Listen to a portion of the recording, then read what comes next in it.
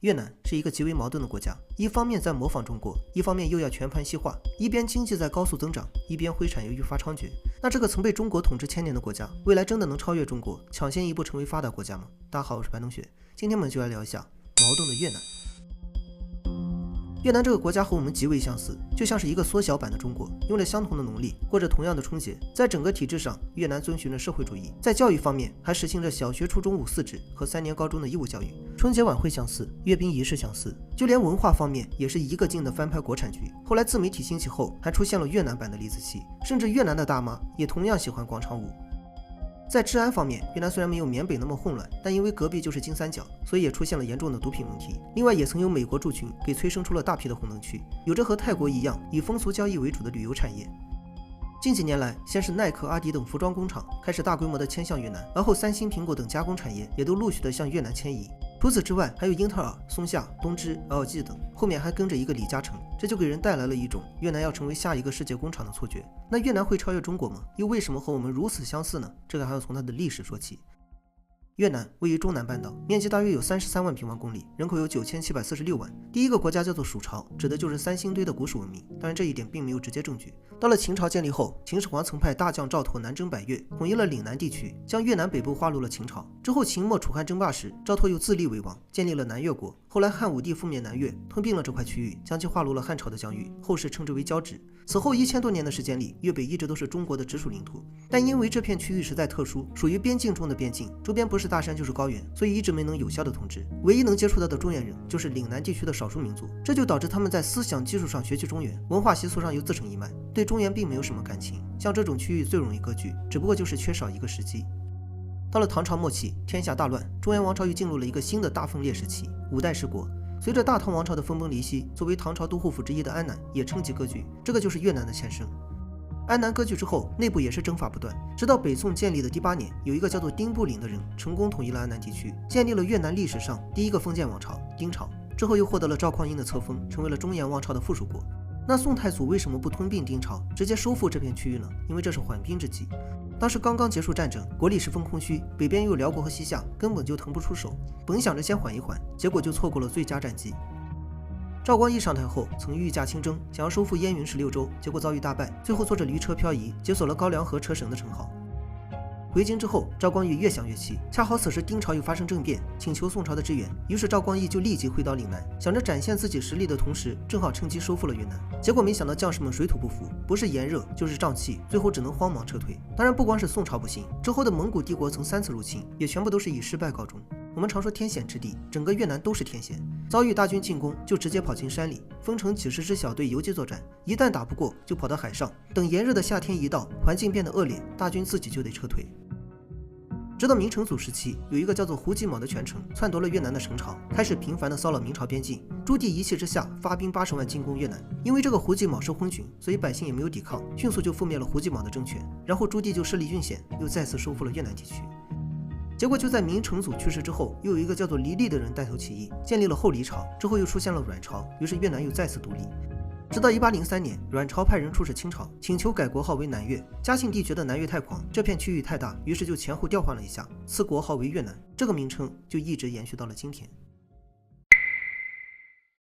公元1858年，越南被法国入侵，部分地区沦为了法国的殖民地，成为了整个东南亚第一个被殖民的国家。之后，清朝派兵协助，击败了装备先进的法国军队，这也是整个晚清打得为数不多的几次胜仗之一。但没想到这场胜仗却为清朝带来了一份不平等条约，也就中法新约，气得左宗棠拍着桌子大喊：奇耻大辱，10个法国将军也比不上一个李鸿章能坏事。在这份条约中，清朝放弃了对越南的宗主权，越南也彻底沦为了法国的殖民地。当然，法国之所以殖民越南，也是为了以后能瓜分清朝。同样在1940年抗日战争时期，日本也入侵了越南，与法国共同殖民，为的就是切断中国的物资通道。之后日本还扶持了阮福恬为越南皇帝，就如同中国的溥仪、朝鲜的李熙一样，都是标准的傀儡皇帝。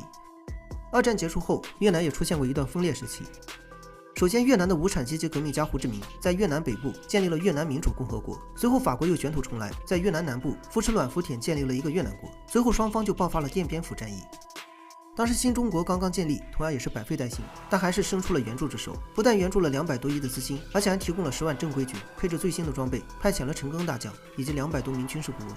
最后北越赶走了法国殖民者，但没想到美国又插了一手，先是扶持吴廷琰发动政变，在南越建立了新的共和国，此后又引发了越南战争，耗费2000多亿美元对越南进行了地毯式的轰炸。二战时美国将日本炸成了废墟，但在越战时期的投弹量是整个二战的3倍，先是摧毁了城市和基建，之后又用除草剂破坏了越南的自然环境，仅在越南就有超过300万人身亡，老挝和柬埔寨也有近乎100万。古人常说以人为本，战则必胜，如此大规模的屠杀也引起了更大规模的反抗。直到1972年，美军撤出越南，越南虽然完成了统一，但也同样损失惨重。尽管我们一直在援助越南，可到了1979年，越南又开始在中越边境左右横跳，最终引发了一场对越自卫反击战。这里我们就不细说了，一共28天就把越南打回了原形。近乎疯狂的穷兵黩武早已破坏了其原本的生态，人民骨瘦如柴，国内一片废墟，缺少粮食，缺少工业，外债高达80多亿，是世界上最为贫困的国家之一。没办法，民众只能选择回产，于是有不少村民就直接承包了金三角的毒品加工，越南也成为了金三角毒品流向国际市场的中转站。截止到近年来，官方通报的吸毒人员就已经超过了23万，据说实际人数可能将近100万。另外，长期的战争也导致其男女比例严重失衡，大量女性没有接受教育，没有合适的就业，就只能靠风俗交易养活自己。现如今，越南虽然禁止风俗交易，但大街上到处都是相关从业者，例如胡志明市的范五老街就有着不亚于泰国的风月场所，街上到处都是红灯区，艾滋病比例高达40%。因为比例太过悬殊，国内又重男轻女，前些年还有不少越南女性嫁入中国，甚至还出现了一个叫做越南新娘的骗局。那越南当局该如何解决这个问题呢？越南为什么和我们这么像？在1986年，越南推出了革新开放政策，直接就照搬了中国的战略，不仅是体制、外交和经济政策，甚至还包括阅兵仪式。不过也的确实现了快速发展。到了1998年，越南加入亚太经济合作组织，2007年又加入了世界贸易组织。自2001年至2006年，越南连续6年的 GDP 增长率都超过了6.5%，居东盟各国之首。随后又凭借廉价劳动力的优势，使得大量企业都开始在越南布局。截止到2022年年底，三星有超过50%的手机出口，以及1/3的电子产品都是在越南生产。耐克有超50%的鞋类产品，以及30%的服装产品也都是在越南完成加工。那越南真的能代替中国成为新的世界工厂吗？我们主要来看3个方面。首先就是体量上的差距。云南有39万平方公里，和越南的面积最为接近。2021年，云南人口有4690万，越南人口有9746万。云南 GDP 有2.71万亿，越南有2.34万亿。也就是说，云南人用越南1半的人口，就干出了领先越南的成绩。而且这几年越南还是在高速增长，同时其深圳 GDP 是3.07万亿，广东是12.44万亿。我们再将时间线拉长，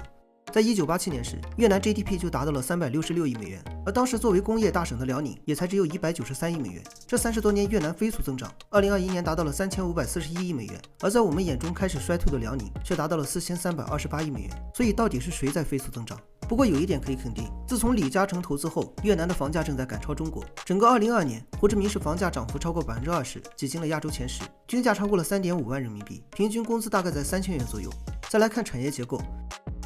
现如今越南的制造业大多都是以组装为主，因为缺少基础设施，没有配套产业，大部分的零部件还是需要从中国进口。区别就是以前直接将产品发往越南，现在是发送各种零部件。但这一点不是问题，就像是我们早期一样，随着产业的急剧增加，只要时间够长，这些难题也会随之破解。问题就是，到底是我们抛弃了这些产业，还是这些产业抛弃了我们？这也就是第3个方面，制造业转移和产业升级的问题。说到底，这些工厂迁往越南，为的就是更加低廉的劳动力。我们常说低端制造业重要是关键，但却没有年轻人愿意进入工厂，主要原因就是工厂的待遇实在太差，养活不了自己。每年都有不少企业家号召年轻人进入工厂，但却不愿让自己的后代进入工厂。环境太恶劣，工作高强度，使得年轻人就算去送外卖，宁愿跑网约车，也不愿意进入工厂。这些年来，制造产业的高速发展，是因为大量工人能够吃苦。就拿手机组装来说，一天工作12个小时，休息12个小时，1个月月休不到4天。资本之所以不将人工换成机械手臂，只是因为有的地方人工比机械手臂便宜。